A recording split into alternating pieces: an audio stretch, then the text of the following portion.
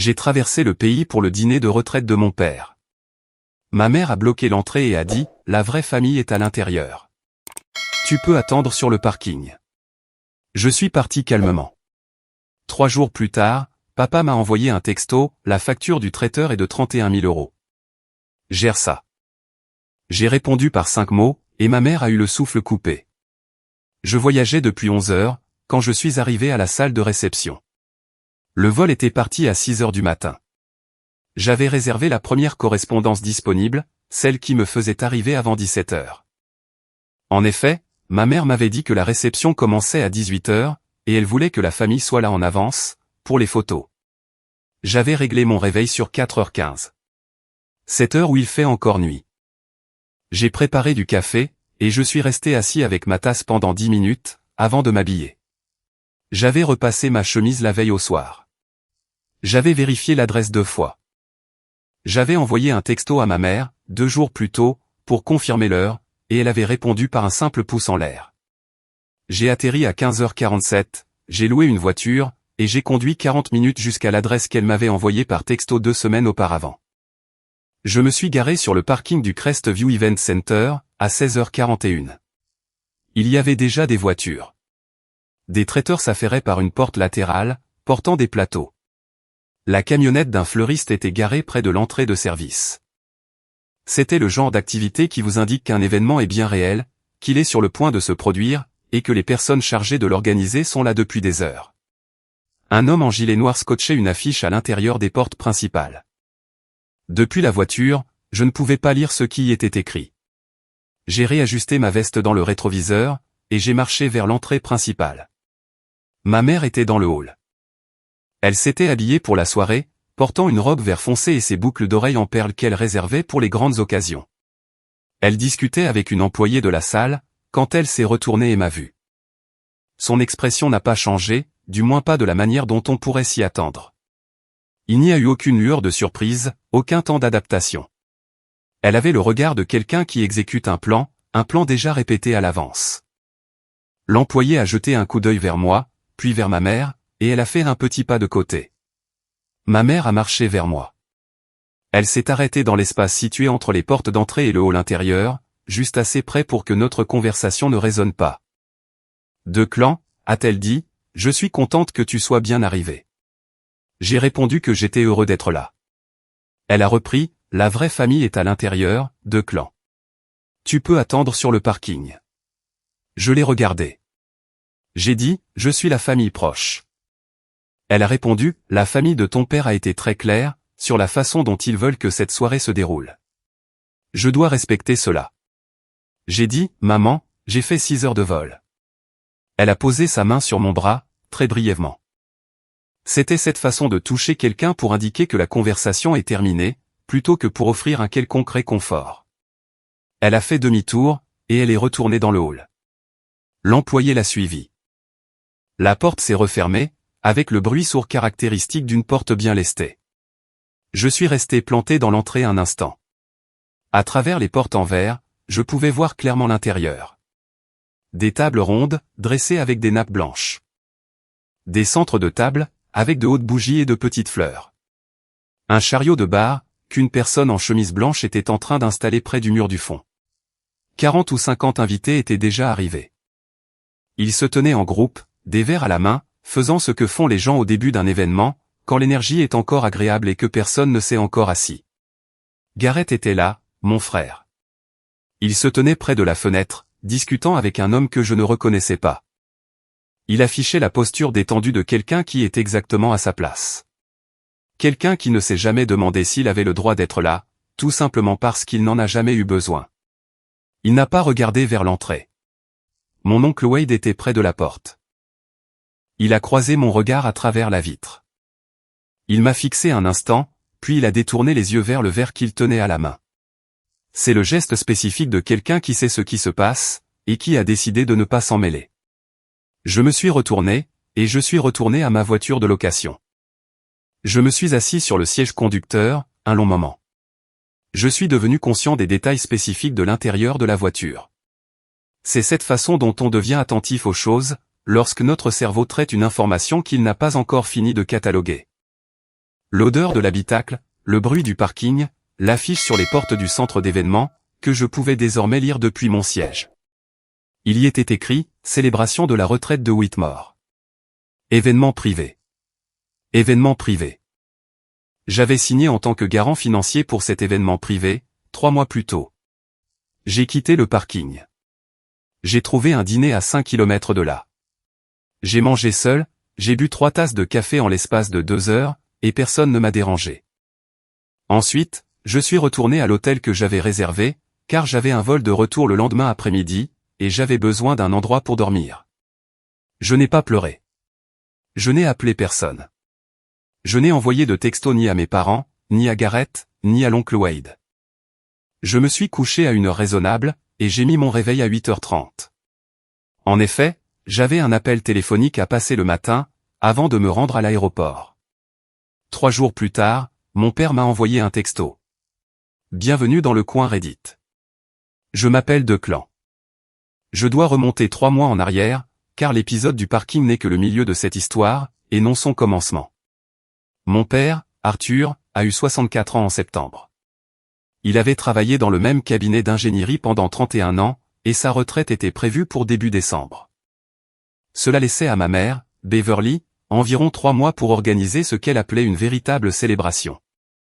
Beverly est une femme qui aborde les événements sociaux, de la même manière que d'autres abordent des projets de construction.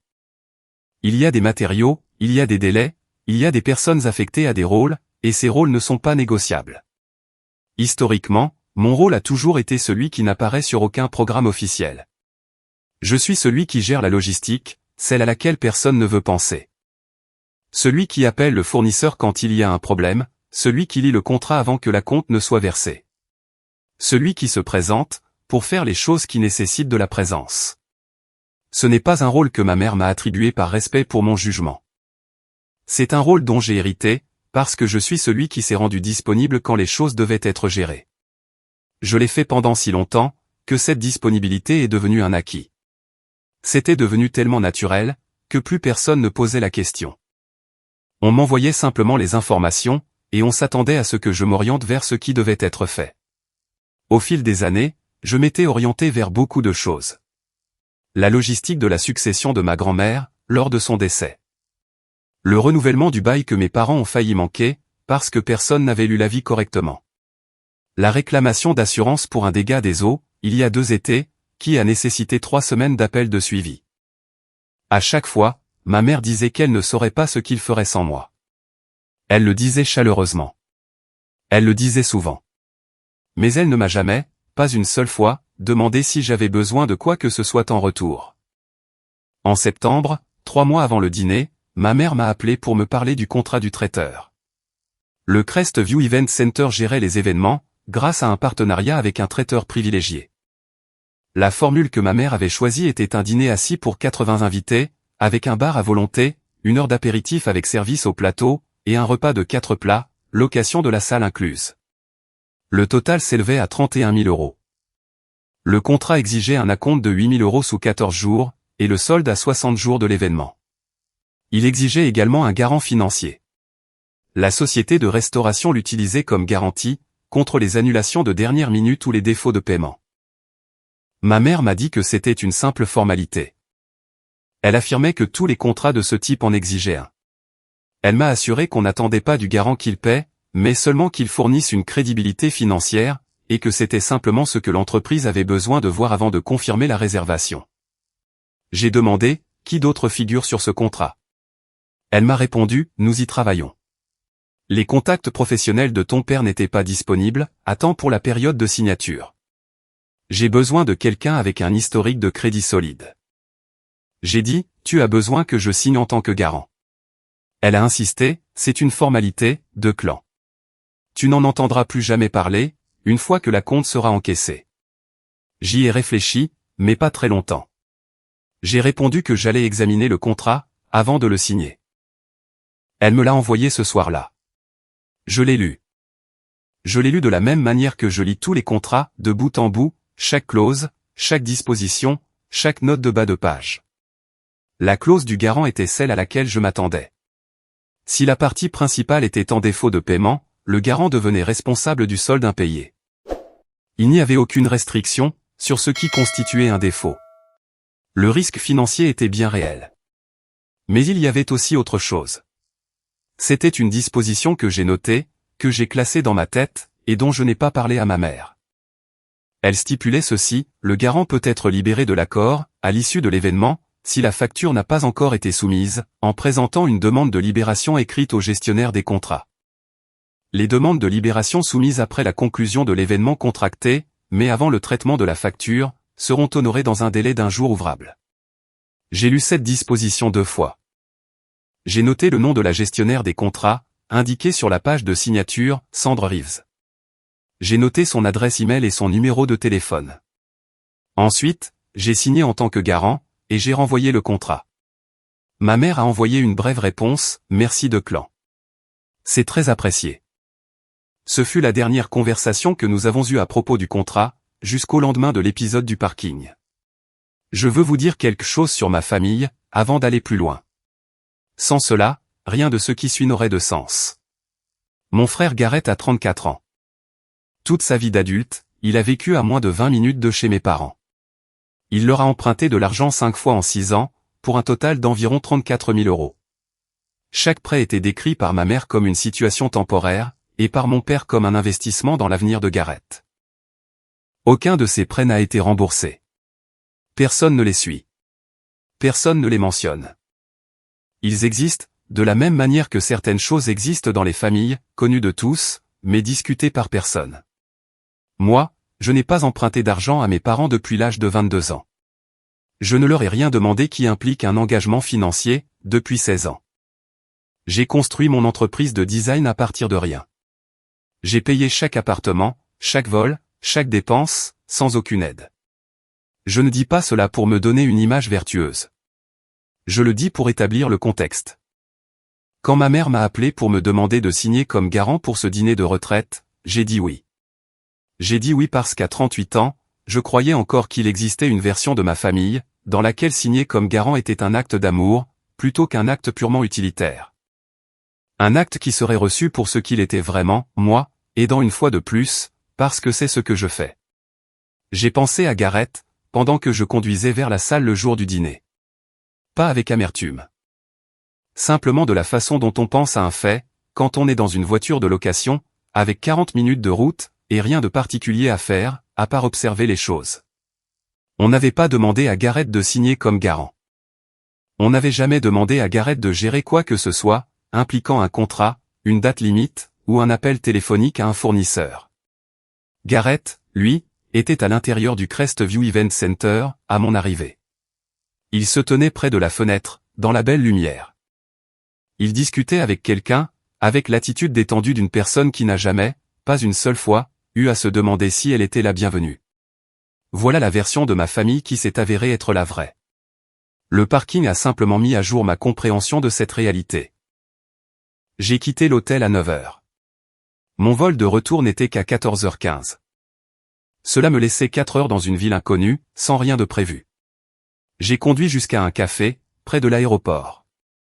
J'ai commandé un grand café, je me suis assis à une table près de la fenêtre, et j'ai ouvert le contrat du traiteur sur mon téléphone. Je l'avais sauvegardé dans mes emails 3 mois plus tôt. Je l'avais lu une fois, et je n'y avais plus repensé.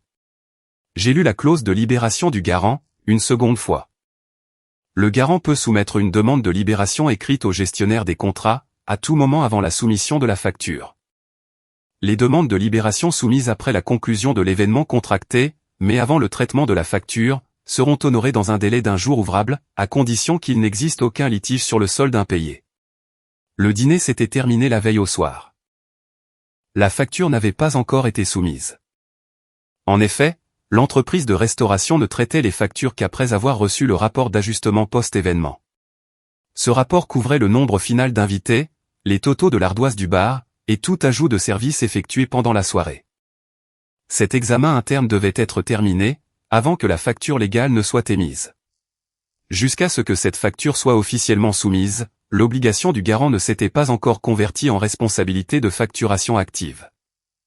J'étais toujours le garant officiel, mais le compte à rebours de la facture n'avait pas commencé. J'étais toujours le garant officiel.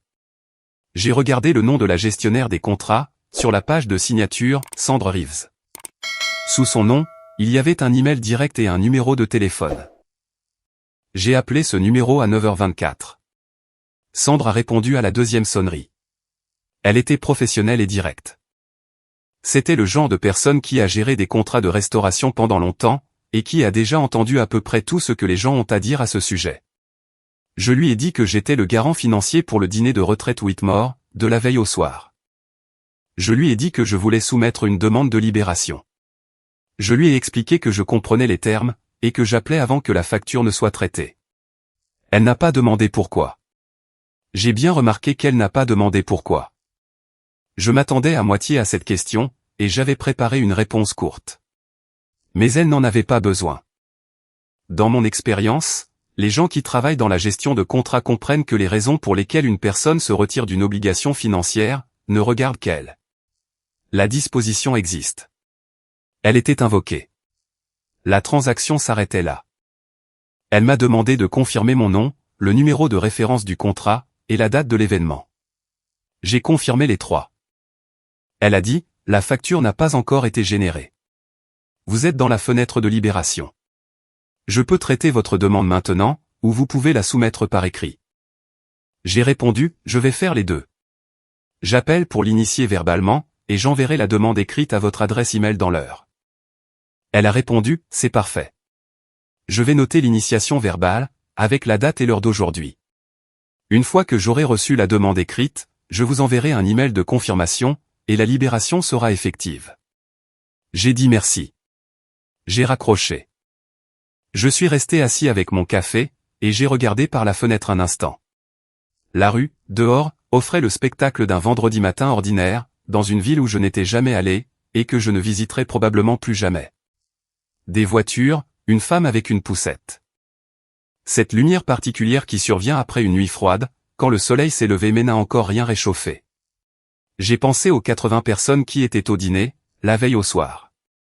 Le bar à volonté, le repas de 4 plats, les centres de table que j'avais vus à travers la vitre. J'ai pensé à ce à quoi ressemblent 31 000 € de nourriture, de services et de location de salles, quand on les observe de l'extérieur. À travers une porte fermée, à 16h41 de l'après-midi. Ensuite, j'ai ouvert ma boîte mail sur mon téléphone, et j'ai rédigé la demande de libération. J'ai inclus le numéro de référence du contrat, mon nom, la date de l'événement, et une seule phrase. Je demande formellement la libération de l'obligation de garant sur le contrat référencé ci-dessus, avec effet immédiat, conformément à la disposition de libération post-événement. Je l'ai envoyé à l'adresse email de Sandre, à 9h41. L'email de confirmation est arrivé à 10h17. Demande de libération traitée. Declan Whitmore n'est plus répertorié comme garant financier sur la référence du contrat. La partie contractante principale, Arthur et Beverly Whitmore, assume l'entière responsabilité financière de la facture impayée. Je l'ai lu 2 fois. Pas parce que j'en avais besoin, mais parce que c'était le genre de phrase qui valait la peine d'être lu 2 fois. J'ai sauvegardé l'email. J'ai terminé mon café. J'ai conduit jusqu'à l'aéroport, j'ai rendu la voiture de location, et j'ai passé la sécurité. J'ai acheté une bouteille d'eau à la porte d'embarquement, et j'ai pris mon vol pour rentrer chez moi. En rentrant, Simone m'a demandé comment s'était passé le voyage. Je lui ai raconté ce qui s'était passé à l'entrée. Je lui ai répété ce que ma mère avait dit. Je lui ai parlé du dîner, du café, de l'hôtel, et de l'appel matinal à Sandre. Je n'ai pas dramatisé le récit. Je l'ai raconté de la même façon dont on raconte à une personne de confiance quelque chose qui s'est passé, dans l'ordre chronologique, sans aucune fioriture. Simone a écouté. Elle n'a pas dit grand-chose, jusqu'à ce que j'ai terminé. Ensuite, elle a demandé, « Est-ce que ça va ?» J'ai répondu que ça allait bien. Elle a insisté, « Est-ce que ça va vraiment ? Ou dis-tu simplement que ça va ?» J'y ai réfléchi. J'ai répondu que j'étais, à la fois, un peu plus que bien, et un peu moins que bien. Je lui ai expliqué que je n'avais pas de mots précis pour le décrire. Mais que j'avais fait ce que je devais faire, que j'étais rentré chez moi, et que le reste se réglerait tout seul. Elle a préparé le dîner ce soir-là, nous avons mangé, et nous avons parlé d'autre chose. Elle n'a pas reparlé de mes parents. Elle savait quand il fallait laisser les choses reposer. Le lendemain, j'ai travaillé. J'avais 3 projets de design à livrer avant la fin du mois, et j'y ai passé la journée. C'était exactement le niveau de concentration dont j'avais besoin. Le travail, quand il se passe bien, crée une sorte de calme spécifique dans ma tête. Ce n'est pas du silence.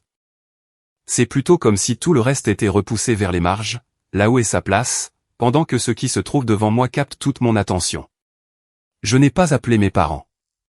Je n'ai pas envoyé de texto à Gareth. J'ai vérifié mes emails le matin, et de nouveau au déjeuner. La confirmation de Sandre Reeves était toujours là, en haut de ma boîte de réception. Je l'ai regardée une fois à chaque connexion, puis je suis passé à autre chose. Le deuxième jour a été identique. Travail, dîner, une promenade en soirée. J'ai pensé au parking de temps en temps, de la même façon dont on pense à une conversation qui est terminée. Sans aucun ressentiment particulier, juste en étant conscient que c'était arrivé. Je ne savais pas exactement quand mes parents avaient reçu l'avis de facture préliminaire du traiteur. Je savais que ça arriverait dans la semaine, car c'était le délai que Sandre avait décrit. Je savais que ce serait un choc pour ma mère.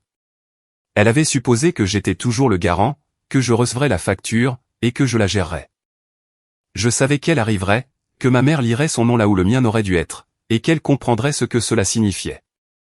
J'étais curieux de savoir combien de temps il s'écoulerait, avant que quelqu'un ne m'envoie un texto. La réponse fut, 3 jours.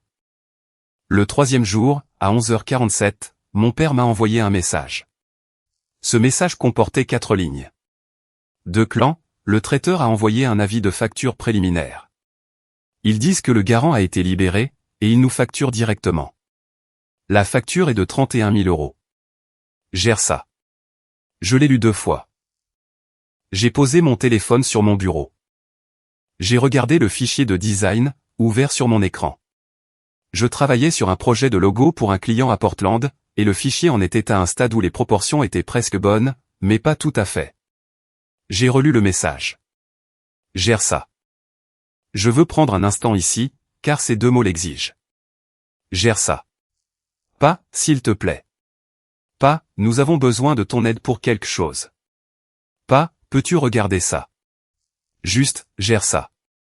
C'est la façon dont vous textez quelqu'un, quand vous présumez que le message n'est qu'une formalité, et que la gestion du problème est déjà sous-entendue comme étant son rôle. De la même manière que ma mère avait dit que la clause du garant était une formalité. De la même manière que mon père avait dit que nous n'aurions pas besoin de 2 clans pour le dîner en lui-même. Des formalités et des gestions de problèmes. C'était là toute la définition de ma fonction, au sein de cette famille. Pendant 16 ans, j'avais été la personne qui gérait les choses. J'avais géré la paperasse de la succession. J'avais géré la réclamation d'assurance. J'avais géré le renouvellement du bail. J'avais fait 6 heures de vol, et signé un contrat de restauration en tant que garant financier. Je m'étais tenu sur un parking, devant une pancarte indiquant « événement privé ». J'avais conduit jusqu'à un dîner, mangé seul, je m'étais couché dans une chambre d'hôtel, et j'avais pris un vol de retour à 14h15. Et le 3e jour, après tout cela, le texto disait « gère ça ». J'ai regardé le fichier de design sur mon écran. Les proportions étaient presque bonnes. J'ai pris mon téléphone. J'ai tapé 5 mots. Demande à la vraie famille. Je l'ai envoyé. J'ai posé le téléphone. Je suis retourné au fichier du logo. J'ai posé le téléphone. Je suis retourné au fichier du logo. J'ai posé le téléphone, et je suis retourné au fichier du logo. Je veux vous expliquer à quoi ressemblaient ces 14 minutes, car elles ont leur importance. Le fichier était ouvert sur mon écran. C'était un concept de logo, pour un petit cabinet d'architecture à Portland. Le client voulait quelque chose qui paraisse structurel, mais pas industriel. Je travaillais sur une version utilisant une forme géométrique épurée, avec un poids spécifique pour les lignes. Et le problème venait des proportions. La forme en elle-même était correcte. L'épaisseur des traits était légèrement décalée. C'était le genre de problème qui réside dans l'écart entre le « presque bon » et le « vraiment bon », et pour le résoudre, il fallait le regarder avec une attention totale. Je lui ai accordé mon attention totale, pendant 14 minutes. Non pas parce que j'évitais le téléphone. Mais parce que ce logo était un vrai problème, pour lequel j'étais payé, et que le téléphone représentait quelque chose pour lequel j'avais déjà dit tout ce que j'avais à dire. Et de mon côté, il n'y avait rien d'autre à ajouter. Mon père allait appeler. Je savais qu'il appellerait. Je savais qu'il aurait besoin de comprendre la signification de ces 5 mots. Et je savais que cette conversation exigerait que je le lui explique. Et je savais aussi que, quelque part au cours de cette explication, ma mère serait présente, elle entendrait le mot « hier » et elle ferait le calcul. J'ai sauvegardé le fichier au bout de 14 minutes. J'ai répondu au deuxième appel. De clan. La voix de mon père avait pris ce ton particulier qu'il utilisait, lorsqu'il cherchait à contrôler une situation. Ce n'était pas la version de lui que j'entendais, lorsqu'il était détendu ou qu'il plaisantait. C'était l'autre version. Qu'est-ce que ton message signifie? J'ai répondu, ça signifie qu'il faut en parler à Gareth. Il était à l'intérieur.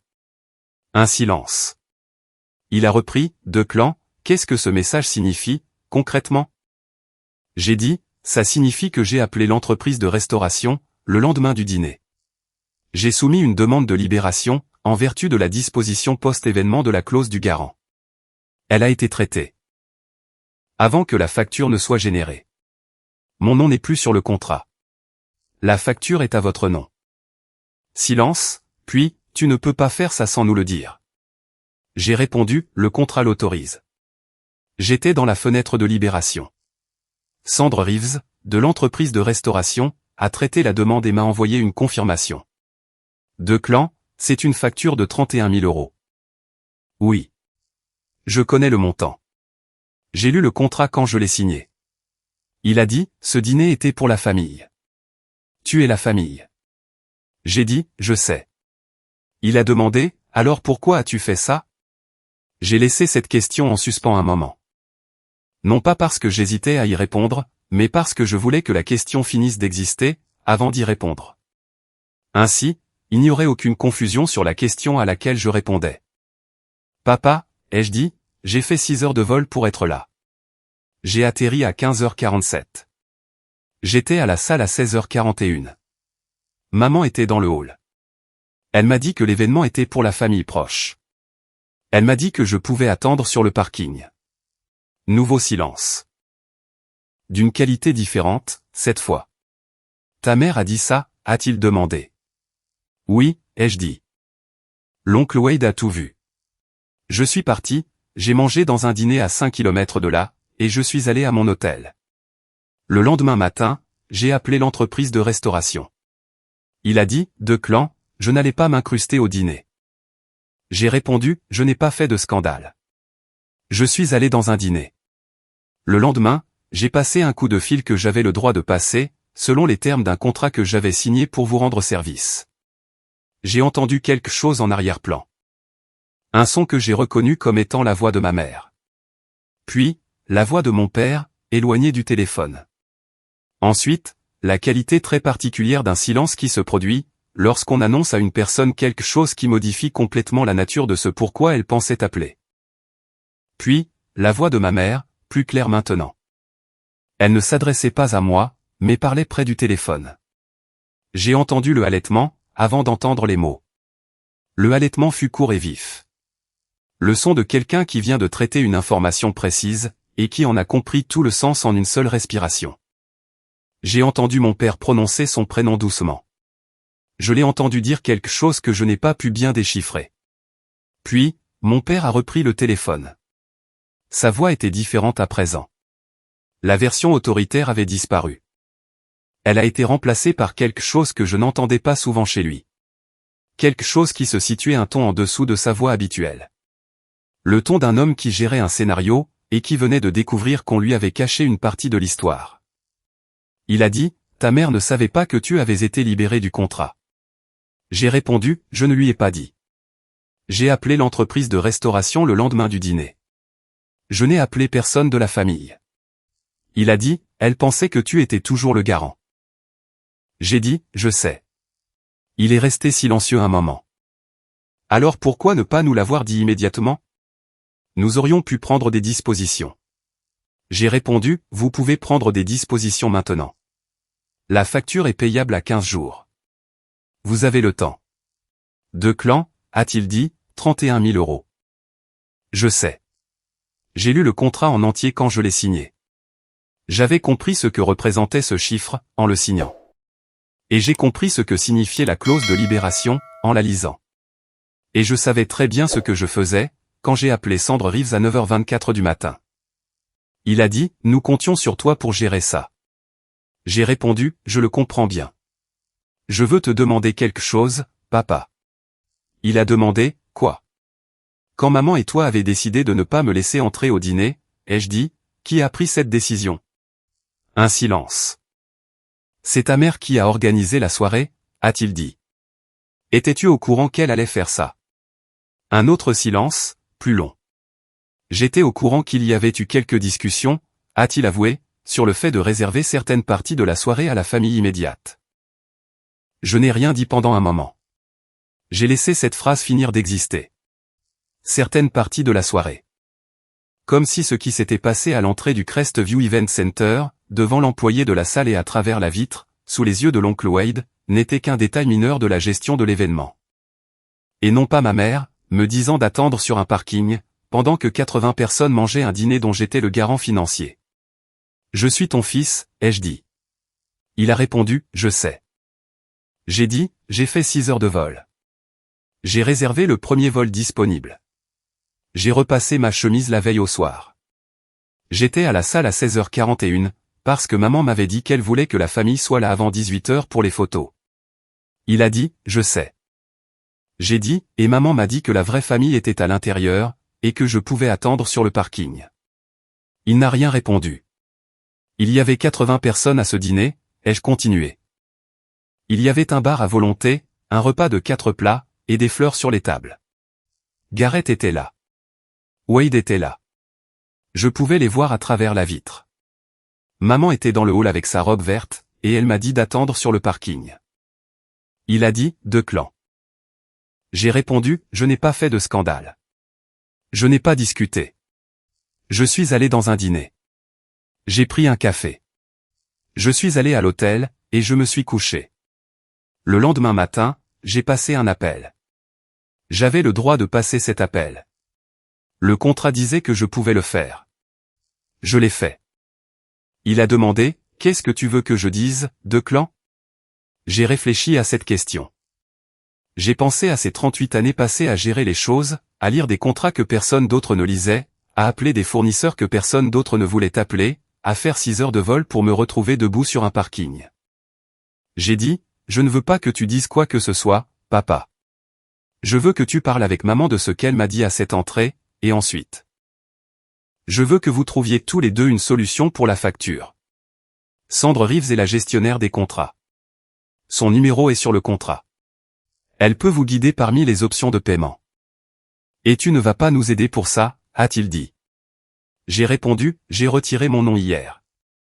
J'ai raccroché. Je suis resté assis à mon bureau un instant. Le fichier du logo était toujours ouvert sur l'écran, au point où je l'avais sauvegardé. Les proportions presque bonnes.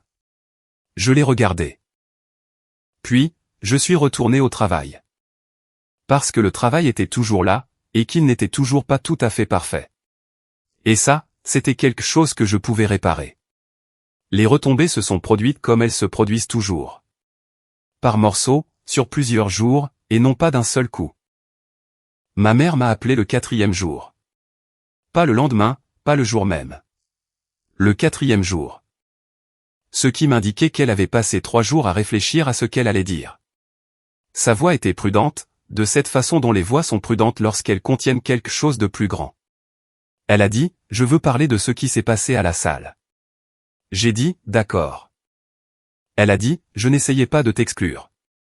La soirée était organisée d'une manière qui. Elle s'est arrêtée, puis a repris. Il y avait des susceptibilités, avec les collègues de ton père, et certains membres de la famille élargie. Je gérais l'environnement. J'ai répondu, tu m'as dit que la vraie famille était à l'intérieur, et que je pouvais attendre sur le parking. Elle a dit, je ne le pensais pas de la façon dont ça a sonné. J'ai demandé, de quelle façon le pensais-tu? Elle n'a pas répondu à ça. Elle a dit, cette facture est un problème sérieux, 2 clans. 31 000 €, ce n'est pas une somme qu'on peut absorber sans s'y être préparé. J'ai dit, je comprends. Elle a ajouté, si tu étais resté sur l'accord de garantie, nous aurions eu le temps d'organiser le paiement correctement. J'ai répondu, tu aurais surtout eu quelqu'un d'autre pour assumer la facture. C'est différent d'avoir du temps. Elle a demandé, c'est de ça qu'il s'agit selon toi? De responsabilité? J'ai dit, je pense qu'il s'agit de ce dont il s'agissait à 16h41, ce vendredi-là. Quand j'étais debout à l'entrée du Crestview Event Center, et que tu étais dans le hall, dans ta robe verte. Un silence. Elle a dit, je veux résoudre ce problème. J'ai répondu, l'entreprise de restauration a vos coordonnées. Sandre Reeves peut travailler avec vous, pour mettre en place un plan de paiement. Elle est très professionnelle. Et elle a été claire sur le fait que la libération était valide, et correctement traitée. Ma mère n'a rien dit pendant un moment. Puis elle a demandé, quand les as-tu appelés? J'ai dit, le lendemain matin, à 9h24.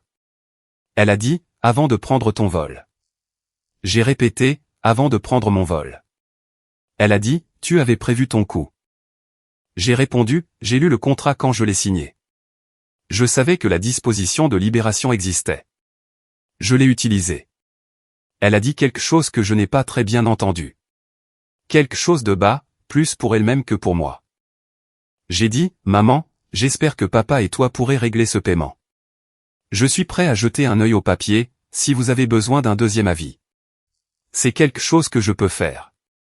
Elle a dit qu'elle me tiendrait au courant. Et elle a mis fin à l'appel. Je suis resté assis à mon bureau après cet appel, et j'ai regardé l'email de confirmation de Sandre Reeves.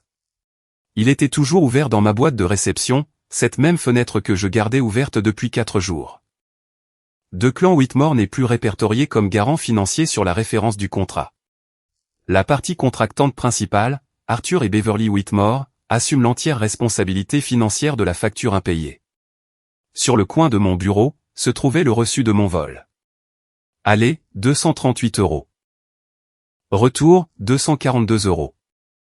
Un total de 480 €, pour un aller-retour qui m'avait déposé sur un parking à 16h41. J'ai raconté cet appel à Simone, ce soir-là. Je lui ai raconté le déroulement, du début à la fin. Elle avait déjà entendu la partie concernant le parking, le soir de mon retour, mais pas les 5 mots, ni les appels de mes parents. Elle a écouté sans m'interrompre. C'est une chose qu'elle fait, et que je n'ai jamais considérée comme acquise. Quand j'ai eu fini, elle m'a demandé, « Comment te sens-tu » J'y ai réfléchi. J'ai dit, « Bien. » Au clair. Elle a demandé, « Qu'est-ce qui va se passer, maintenant » J'ai dit, « Ils vont trouver comment payer 31 000 €. Sandre Reeves va les y aider. Ils ont le temps. » Elle a demandé, « Et entre toi et eux » J'ai répondu, « Je ne sais pas encore. » Et j'ai ajouté, « Je ne suis pas pressé de le découvrir. » L'oncle Wade m'a envoyé un texto, 2 jours plus tard. Le message était court. Il disait qu'il était à l'entrée ce soir-là. Il a écrit qu'il avait vu ce qui s'était passé. Il a avoué qu'il n'avait rien dit, qu'il était désolé de n'avoir rien dit, et qu'il voulait que je sache qu'il était au courant. Je lui ai répondu, pour le remercier. Je lui ai dit que le fait qu'il me l'écrive signifiait quelque chose. J'ai pris le reçu de mon vol, et je l'ai mis dans le dossier à côté de mon clavier.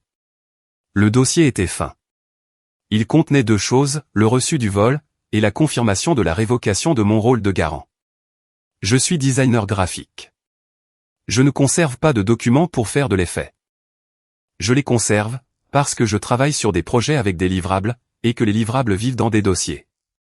Ce projet en particulier avait un livrable. Ce livrable était une confirmation qui stipulait que mon nom avait été retiré d'une obligation de 31 000 €, par une gestionnaire des contrats nommée Sandre Reeves, à 10h17, le lendemain d'un dîner auquel je n'avais pas eu le droit d'assister. J'ai fermé la boîte mail. J'ai ouvert le fichier du logo pour le client de Portland. Les proportions n'étaient toujours pas parfaites, mais je voyais exactement ce dont elles avaient besoin. Je les ai ajustées. J'ai sauvegardé le fichier. Je l'ai envoyé. Puis je me suis levé de mon bureau, je suis allé dans la cuisine, et j'ai préparé du café. Par la fenêtre, c'était le genre d'après-midi qui ne s'annonce comme rien de particulier. Juste de la lumière, et du temps ordinaire. Ce calme spécifique qui survient, lorsqu'une chose que vous avez portée pendant longtemps est enfin posée. Sans drame, sans cérémonie, simplement posée, parce qu'il était temps. J'avais traversé le pays. Je m'étais tenu sur un parking. J'avais conduit jusqu'à un dîner, mangé seul, dormi dans une chambre d'hôtel, et pris un vol pour rentrer chez moi. J'avais attendu 3 jours.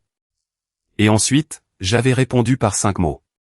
Le parking était à près de 5000 km de là. L'email était ouvert sur mon écran. Le café était prêt dans la cuisine. C'était suffisant. Si votre famille a déjà traité vos efforts comme un service qu'ils pouvaient exiger sans aucune reconnaissance, laissez un commentaire ci-dessous. Abonnez-vous à Le Coin Reddit, là où les plus discrets lisent toujours les contrats.